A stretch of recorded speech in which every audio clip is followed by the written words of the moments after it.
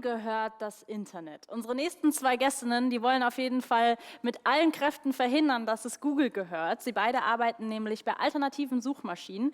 Génica Schäfgen ist Deutschlandchefin von Ecosia und Plohman ist Vizepräsidentin von der Mozilla Foundation, arbeitet also für die Firma, die auch Mozilla Firefox macht. Und was beide verbindet, ist, dass sie ein alternatives Geschäftsmodell für Suchmaschinen schaffen wollen. Sie wollen eben soziale Aspekte stellen vor wirtschaftliche. Und warum ihnen das so wichtig ist, das werden sie jetzt erläutern in einem Gespräch mit Dan Sobovitz. Vielen Dank.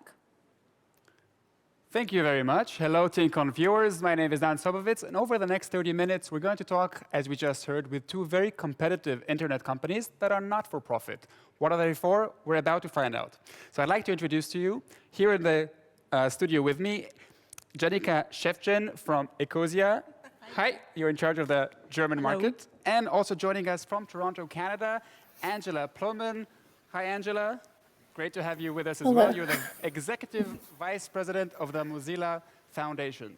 So I have a lot of questions and ideas to the two of you, but I'd like to invite our audience, if you have your own ideas and your own questions you'd like to bring to this discussion, what you need to do is to go to slido.com/TINCON. That should also be in the comments on YouTube. You can still watch us from there, but over there you will see 3 columns.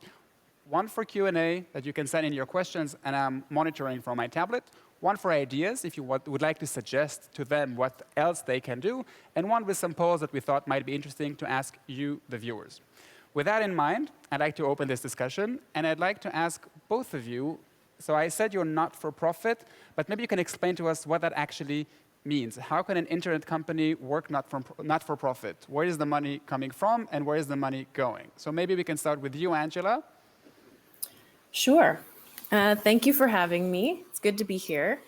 Yeah, I'll tell you a little bit about Mozilla. It is a unique organization in the tech sector. We couple nonprofit values with technology know-how, and our work is really driven by the Mozilla Manifesto, which contains 14 principles that outline how we think the internet can and should uplift individuals and society. And that's really at the core of what we do.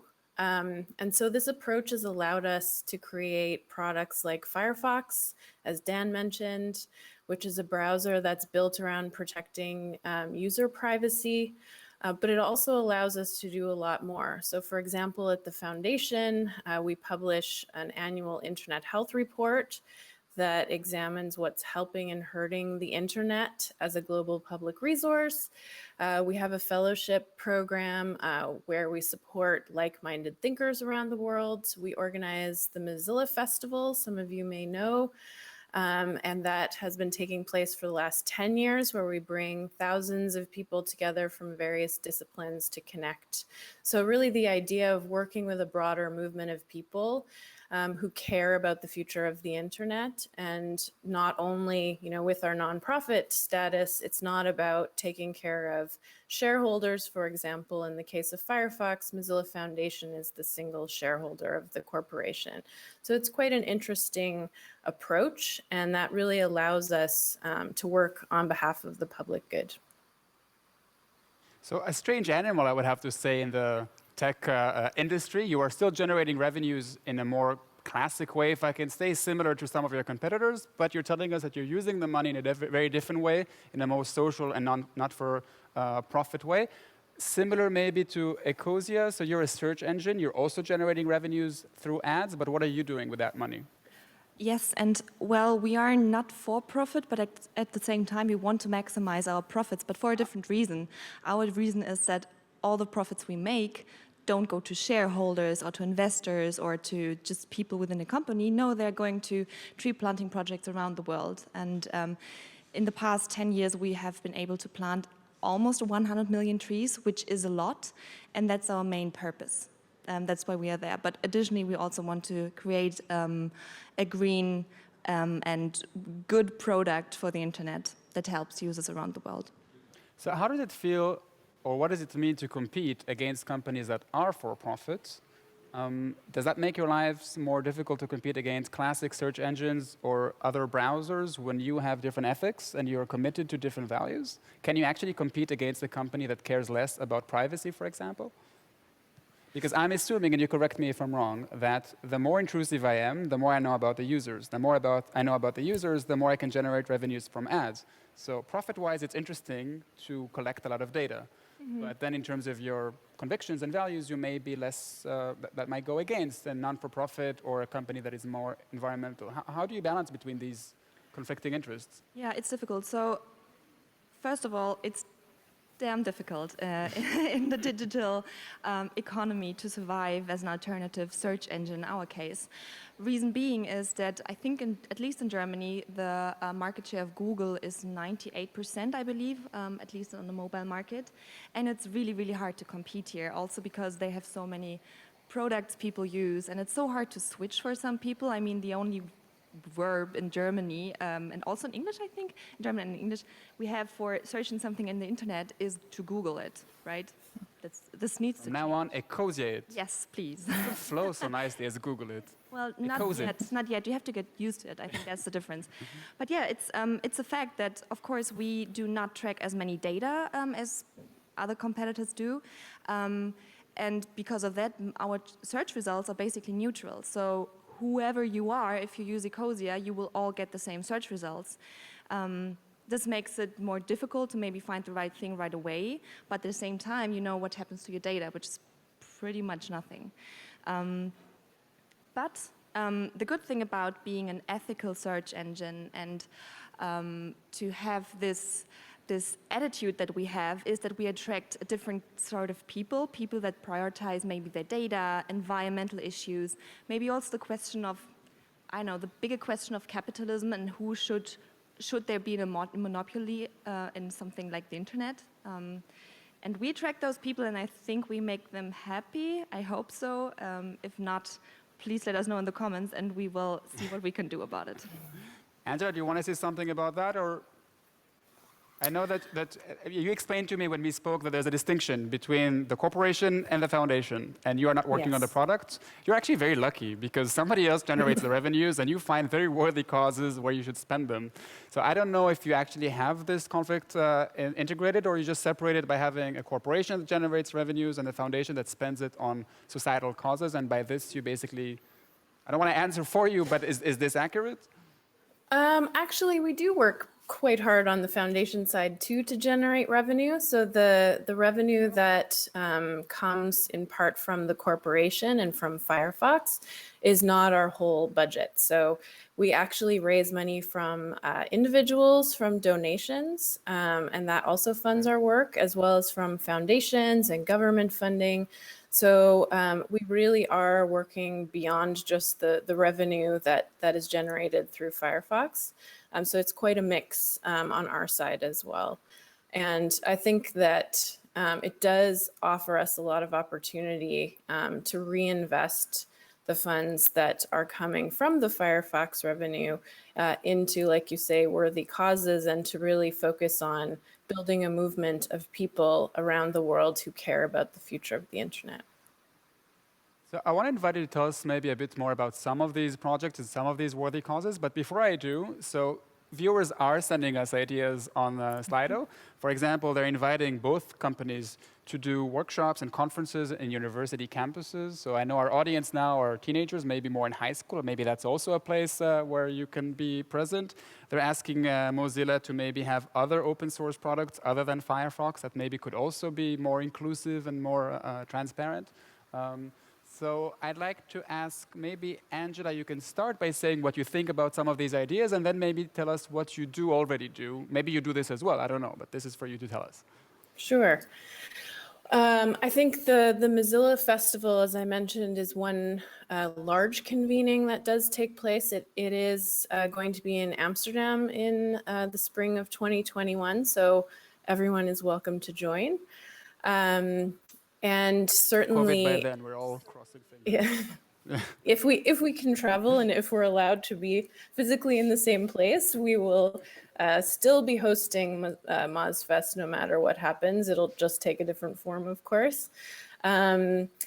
And then I think on the product side of things, it is really important to continue to innovate. The internet is changing, the act of browsing is changing. What does that actually mean? How do we interact on different devices? Mozilla has, looked at other products. For example, thinking about something more collaborative, we've done a Common Voice project. It's called Common Voice, and it's around building an open source database for under-resourced languages. If you're thinking about the series of the world and the variety of languages that are not covered currently by those very centralized companies. So that's an example of one of the areas that we're looking at in terms of global voice assistance. So yeah, tons of opportunity to innovate beyond the browser, and we're definitely looking into that. Génica, so I know you guys are mostly in planting trees, mostly in developing tropical countries. Are you also involved in education?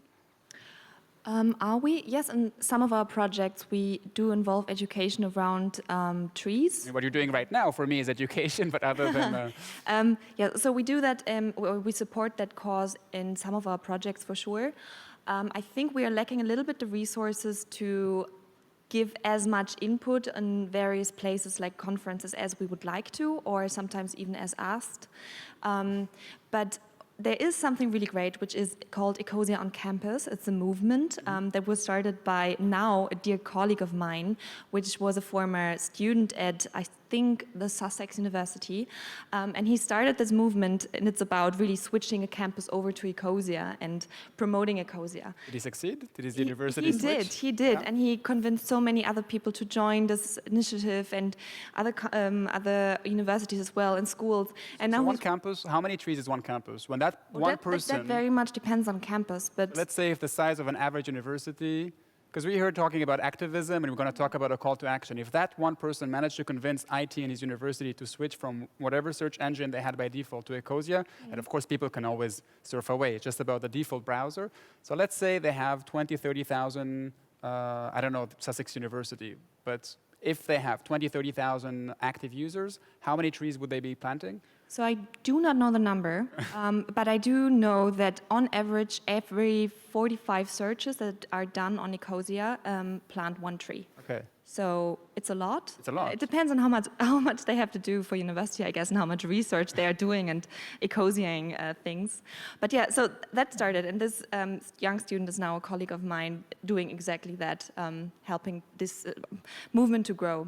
And it's funny because most of our users have been told about Ecosia through their kids and children, and that's lovely to see how young we are actually in our user base, and that they want to forward this message to the next generation. Let's pick on that. This festival is a teenage festival. Is it easier to convince young people? Do you feel like the millennial values are easier to engage with? Is that a strategic approach to go through young adults or teenagers to other generations? If I wanted to convince someone who's in his or her 70s, should I go through their grandchildren? So many questions then. It's the same question in different... So I think it was never a strategy of ours to address a younger audience. That's what we grew into, and now we made a user survey and we learned that, oh my God, we're so young, we didn't even know. Interesting. Yeah, very interesting. And I think, yes, it is easier for us to talk to this young generation, and I think it's because they're so sick of it. They're so sick of people in institutions, companies, politicians, to do business as usual, and they're not open for the bullshit bingo, you know? And I think that's why they're very open to alternatives to the commercial, conventional stuff.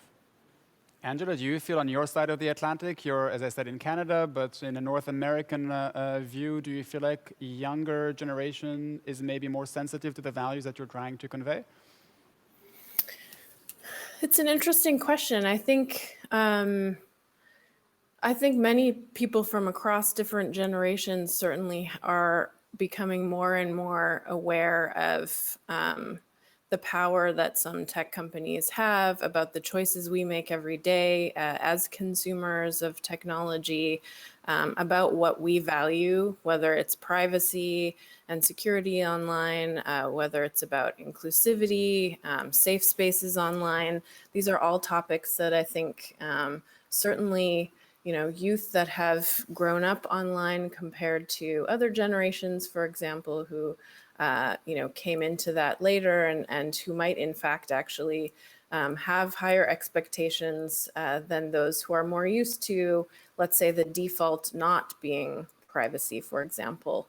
So I think there are a lot of ways to look at it, but I think we all, and certainly would encourage this audience to really exercise our power as a consumer in the choices that we're making and demanding more from companies that we're interacting with. So let me ask it slightly differently. You're doing a lot of research about the level of transparency and inclusion on the internet, how to make it a safe space to everyone. Are you optimistic about the current trends that we're going? Do you think the internet will be a safer place in 10, 20 years? I think I have to be optimistic. I am generally an optimist. So I will say yes. I think there is a lot of, even if we look at the past months, looking at how valuable and central the internet has been during the pandemic, looking at the organizing and protesting and push for justice that we've seen, and unlocking Referring innovation. to the Black Lives Matter movement, I suppose. Exactly. So I think there's, originally even in the beginning of the pandemic, there had been a lot of talk about how it kind of felt like what the internet was originally designed for. And some of those values were kind of coming to light as we all sat at home. But it also certainly raised a lot of issues. So for example, if you look at Zoom and Zoom's popularity and kind of how it exploded during the pandemic, it also exposed a lot of issues around privacy and encryption and all that Zoom bombing that was happening. So there is a lot wrong online, and there's a lot to address and be aware of and take people to task for. But I do think people are becoming more demanding, and that's really encouraging. I sometimes wonder if it's not lonely to be justice fighters in the industries where you're working. Sorry, you were saying? Oh, no, I was just going to say, like, we also see companies are listening. It's not only our voices going into a void. We see in the Zoom case, we spoke out, consumers spoke out. We partnered with EFF, for example, and sent an open letter to Zoom's CEO demanding encryption. Let's enlighten us. Sorry? EFF, just for everybody to understand? Electronic Frontier Foundation, based in the US as well. And other partners joined us as well in really demanding that encryption not only be something available to paid users of Zoom, but that it be available to all. And they did make that change very recently. So that's exciting. What's the secret to success to make such change on such a short notice? So how do you explain the success of that particular campaign?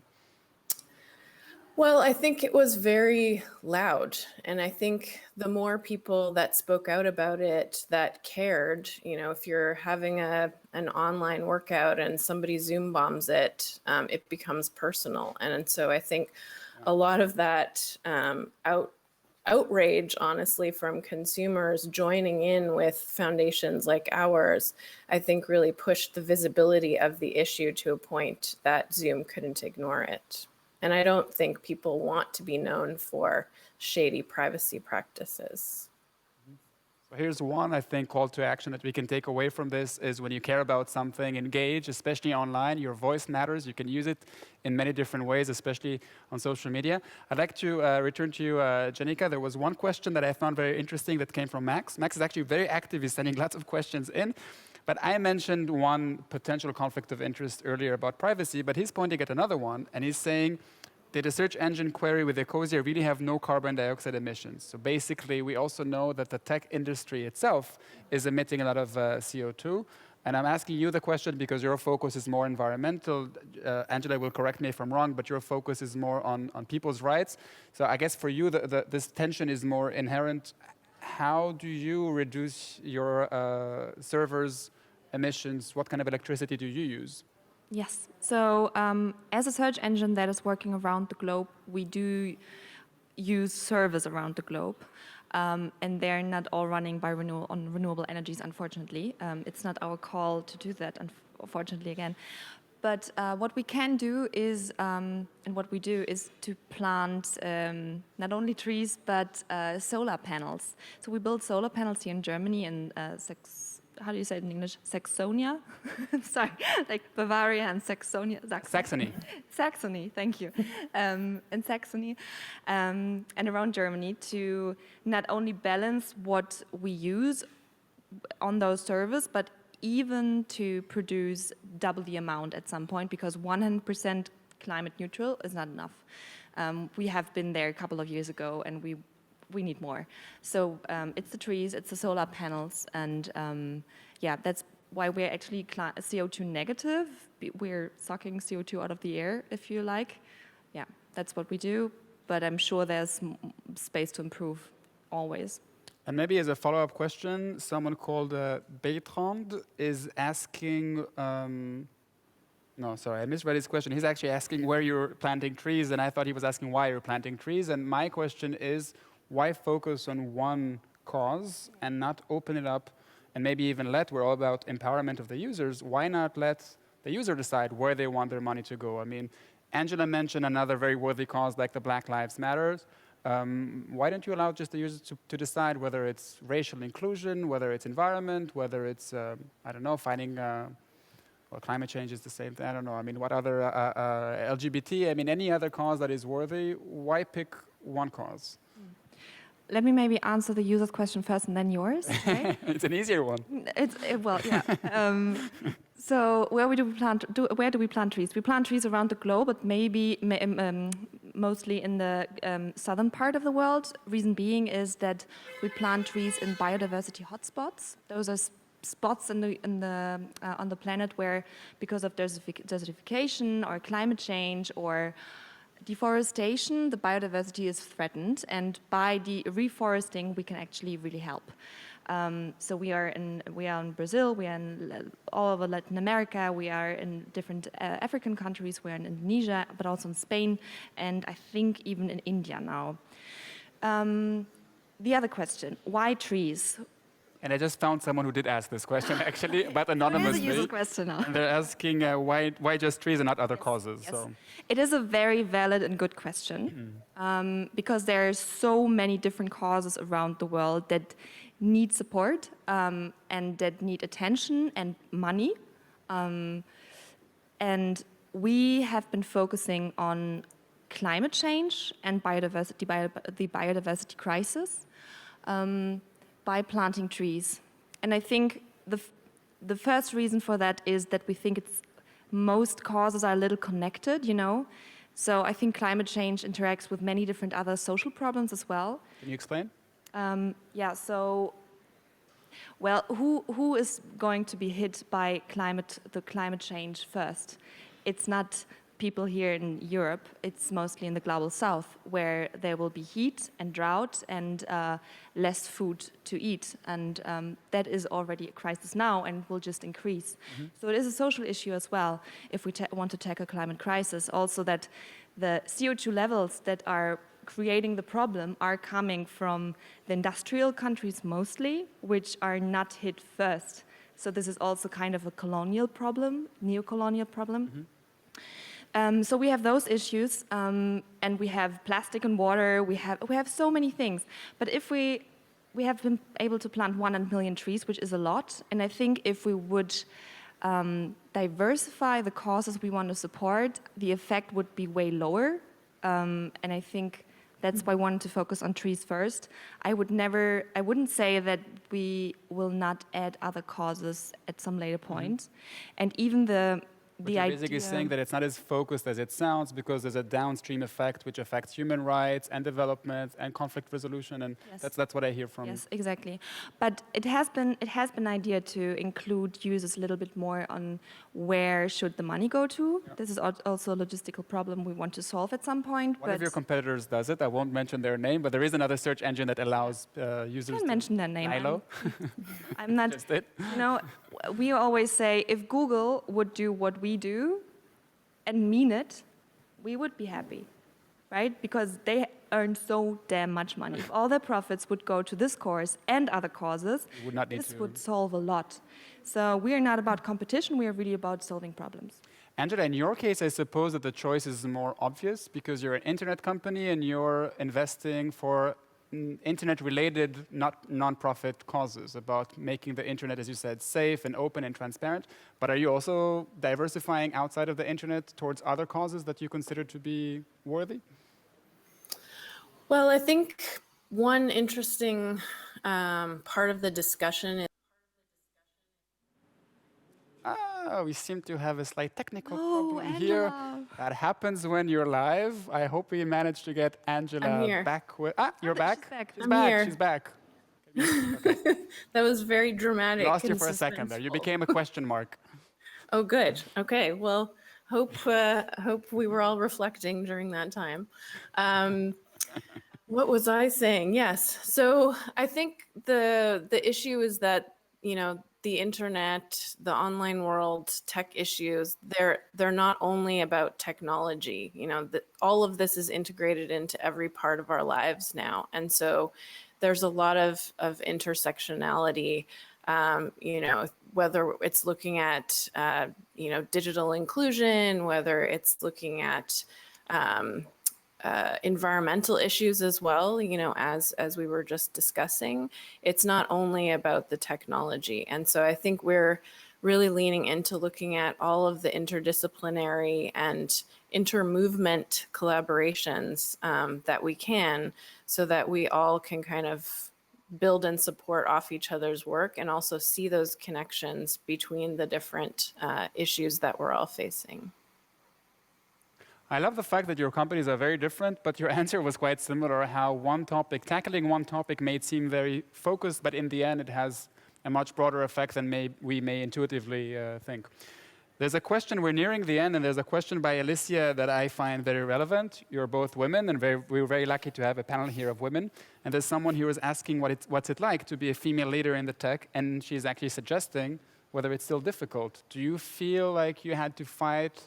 Now I'm interpreting the question, that you had to fight harder, that you had more glass ceilings, or maybe tell us what it's like to be, especially you, Angela, a vice president of a major foundation as a woman. I mean, certainly it's been an interesting ride. I don't come from specifically the tech sector, so I really come from an art and technology background, and so that was really a mix of those areas. I think I've been really lucky in my career to have had people in leadership who champion me and support my work and growth as a person and in my career. And that's something I think we can do more of, both to continue to support women and people of color in the technology sector. And so that's something I care a lot about and feel very lucky that I've had that support. Men or women who were supporting your growth? Both, men as well. I'll shout out also our current executive director, who is my boss, Mark Sermon, and he's been a great champion of me also growing while I've been at Mozilla over the last 8 years. And so I think that's really something that we in leadership positions, whether we're men or women, should think about in terms of how we champion and support others and encourage their growth. So I'm happy to continue to look at ways to mentor and support others in this field as well. Very important.